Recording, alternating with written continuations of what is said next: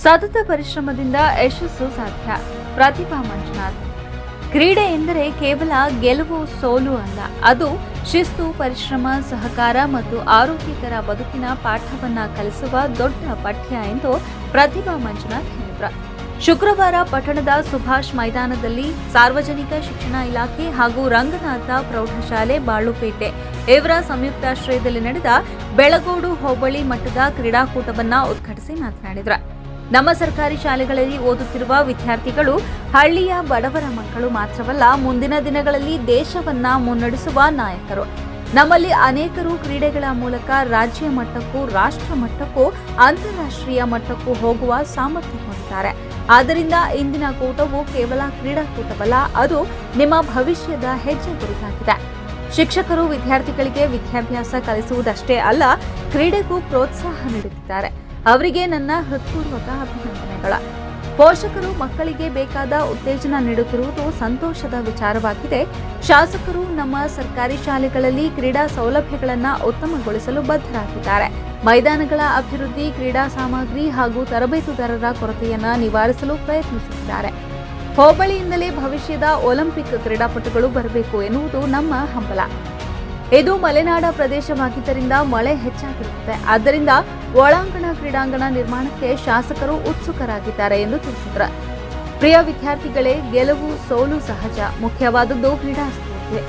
ಎಂದು ಮೈದಾನದಲ್ಲಿ ಆಡಿದವರು ನಾಳೆ ಜೀವನದ ಹೋರಾಟದಲ್ಲೂ ಧೈರ್ಯವಾಗಿ ಎದುರಿಸಬಲ್ಲವರು ಎಂದರು. ಈ ಕ್ರೀಡಾಕೂಟದಲ್ಲಿ ಯಶಸ್ವಿಯಾಗಲು ಶ್ರಮಪಟ್ಟ ಎಲ್ಲರಿಗೂ ಧನ್ಯವಾದ ಅರ್ಪಿಸಿ ಎಲ್ಲ ವಿದ್ಯಾರ್ಥಿಗಳಿಗೆ ಶುಭ ಹಾರೈಸಿದರು. ಕ್ಷೇತ್ರ ಶಿಕ್ಷಣಾಧಿಕಾರಿ ಪುಷ್ಪ ಮಾತನಾಡಿ, ವಿದ್ಯಾರ್ಥಿಗಳು ವಿದ್ಯಾಭ್ಯಾಸ ಹಾಗೂ ಕ್ರೀಡಾ ಕ್ಷೇತ್ರದಲ್ಲಿ ಯಶಸ್ಸು ಸಾಧಿಸಲು ಏಕಾಗ್ರತೆ ಅವಶ್ಯಕ.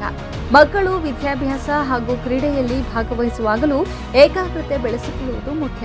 ಇದರಿಂದಾಗಿ ಗುರಿ ಸಾಧನೆ ಸಾಧ್ಯವಾಗುತ್ತದೆ.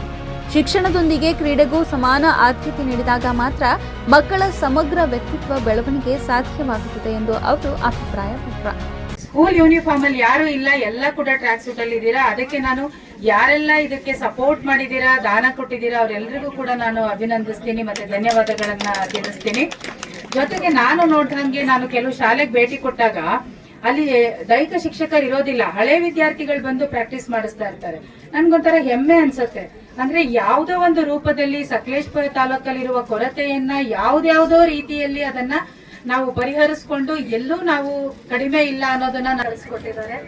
ಅವರು ಶುಭಾಶಯವನ್ನು ತಿಳಿಸಿದ್ದಾರೆ. ನಿಮಗೆ ಎಲ್ಲರಿಗೂ ಆಲ್ ದ ಬೆಸ್ಟ್ ಹೇಳಿದ್ದಾರೆ. ಎಲ್ಲರೂ ಚೆನ್ನಾಗಿ ಆಡಿ. ಹಾಗೆ ಈ ಕ್ರೀಡಾಂಗಣವನ್ನ ಅಭಿವೃದ್ಧಿ ಮಾಡ್ಬೇಕಂತ ಅವರಿಗೆ ತುಂಬಾ ಆಸೆ ಇದೆ. ಮುಂದಿನ ದಿನಗಳಲ್ಲಿ ಈ ಕ್ರೀಡಾಂಗಣವನ್ನ ಒಳ್ಳೆ ರೀತಿಯಲ್ಲಿ ಅಭಿವೃದ್ಧಿಪಡಿಸಿ ತರಬೇತಿದಾರಗಳನ್ನ ಆದಷ್ಟು ತರುವಂತಹ ತರಬೇತಿದಾರನ್ನ ತರಬೇಕಂತ ಇದ್ದಾರೆ. ಹಾಗೂ ಇಲ್ಲಿಗೆ ಕ್ರೀಡಾ ಸಾಮಗ್ರಿಗಳ ಕೊರತೆ ಇದೆ. ನಮ್ಮ ಅಲ್ಲಿ ಜಿಲ್ಲೆಯಲ್ಲಿ ಕ್ರೀಡಾ ಸಾಮಗ್ರಿಗಳ ಕೊರತೆ ಇದೆ. ಅದನ್ನು ಪೂರೈಕೆ ಮಾಡುವಂತಹ ಪ್ರಯತ್ನದಲ್ಲಿ ಇದ್ದಾರೆ.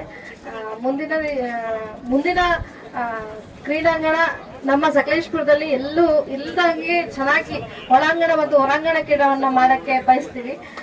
ಇದು ಶಾಸಕರು ಕ್ರೀಡಾಕೂಟಕ್ಕೂ ಮೊದಲು ಧ್ವಜಾರೋಹಣ ನಡೆಸಿ ಕ್ರೀಡಾ ಜ್ಯೋತಿ ಹಸ್ತಾಂತರ ಮಾಡಿ ನಾಡಗೀತೆ ಹಾಡುವ ಮೂಲಕ ಕ್ರೀಡಾಕೂಟಕ್ಕೆ ಚಾಲನೆ ನೀಡಲಾಯಿತು. ಬೆಳಗೋಡು ಹೋಬಳಿಯಲ್ಲಿರುವ ಸರ್ಕಾರಿ ಶಾಲೆ, ಸರ್ಕಾರಿ ಅನುದಾನಿತ ಹಾಗೂ ಖಾಸಗಿ ಶಾಲೆಯ 9 ಶಾಲೆಯ ವಿದ್ಯಾರ್ಥಿಗಳು ಕ್ರೀಡಾಕೂಟದಲ್ಲಿ ಭಾಗವಹಿಸಿದ್ರು.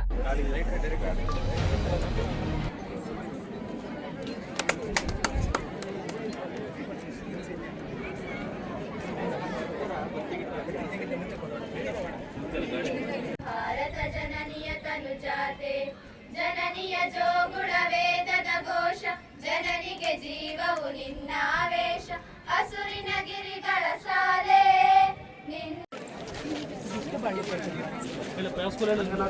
ಪ್ರೌಢಶಾಲೆ ಬಾಳುಪೇಟೆ, ಸರ್ಕಾರಿ ಪ್ರೌಢಶಾಲೆ ಸುಂದೇಕೆರೆ,